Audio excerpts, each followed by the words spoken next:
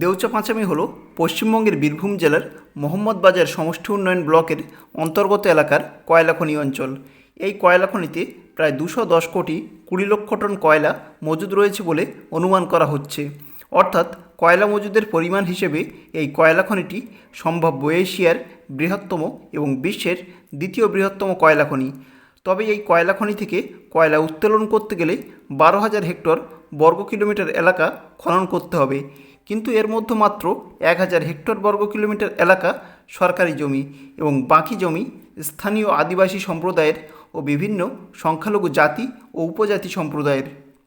রাজ্য সরকারের প্রাথমিক রিপোর্ট অনুযায়ী এই এলাকায় প্রায় 3,010টি পরিবার বসবাস করে, অর্থাৎ প্রায় 21,000 মানুষ বসবাস করে এই অঞ্চলে। 2025 সালে বিশ্ব বাণিজ্য সম্মেলন থেকে রাজ্যের মুখ্যমন্ত্রী মমতা ব্যানার্জি ঘোষণা করেছিলেন, যে সমস্ত আদিবাসী এবং সংখ্যালঘুদের জমি কয়লা খনি বাবদ সরকার অধিগ্রহণ করবে তাদেরকে ক্ষতিপূরণ বাবদ পরিবার পিছু একজনের সরকারি চাকরি দেওয়া হবে। বাড়িসহ জমি থাকলে বিঘা প্রতি 10 থেকে 13 লক্ষ টাকা দেওয়া হবে, এমনকি প্রত্যেক পরিবারকে 600 বর্গফুটের বাড়ি দেওয়া হবে। কিন্তু মুখ্যমন্ত্রীর ঘোষণা মতো মাত্র 26 জনকে সরকারি চাকরি দেওয়া হলেও সেখানে চাকরি চুরির অভিযোগ উঠেছে। এমনকি যে 26 জনকে সরকারি চাকরি দিয়েছে রাজ্য সরকার, তাদের কারোরই দেউচা পাঁচামিতে কোনো জমি নেই এমন দাবি করে তথ্য প্রমাণসহ সাংবাদিকের সামনে রিপোর্ট তুলে ধরলেন শুভেন্দু অধিকারী। জমির মালিক নন, দেউচা পাঁচামিতে জমির বিনিময়ে চাকরির মধ্যে এরা পড়েন না। 26 আমি আপনাদেরকে লিস্ট দিলাম। It's a recruitment scam, like municipal recruitment scam, like teacher recruitment scam. Samirul Islam বলে একজন রাজ্যসভার সদস্য আছেন, তিনি এখানে দায়িত্বে আছেন, এখনো এলাকায় বসে আছেন। তিনি 26 জনকে চাকরি দিয়েছেন যাদের জমি নেই, তাতে তার আত্মীয় স্বজনরাও আছে। আমি নামগুলো পড়ে দিচ্ছি। সাহিল রেজা,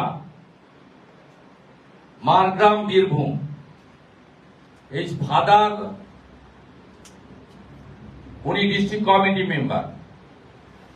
রামকৃষ্ণ সাহা, জামাল হোসেন, তিনি হচ্ছেন son in law Samirul Islam elder brother, ওনার আত্মীয়।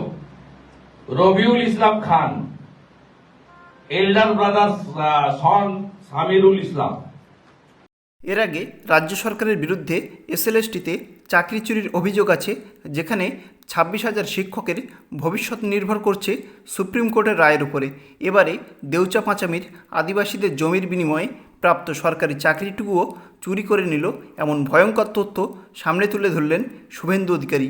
তবে দেউচা পাঁচামির চাকরি চুরির বিষয়ে মমতা ব্যানার্জির অবশ্যই হস্তক্ষেপ করা উচিত, নয়তো জমি দেবে একজন আর টাকার বিনিময়ে চাকরি পাবে আরেকজন।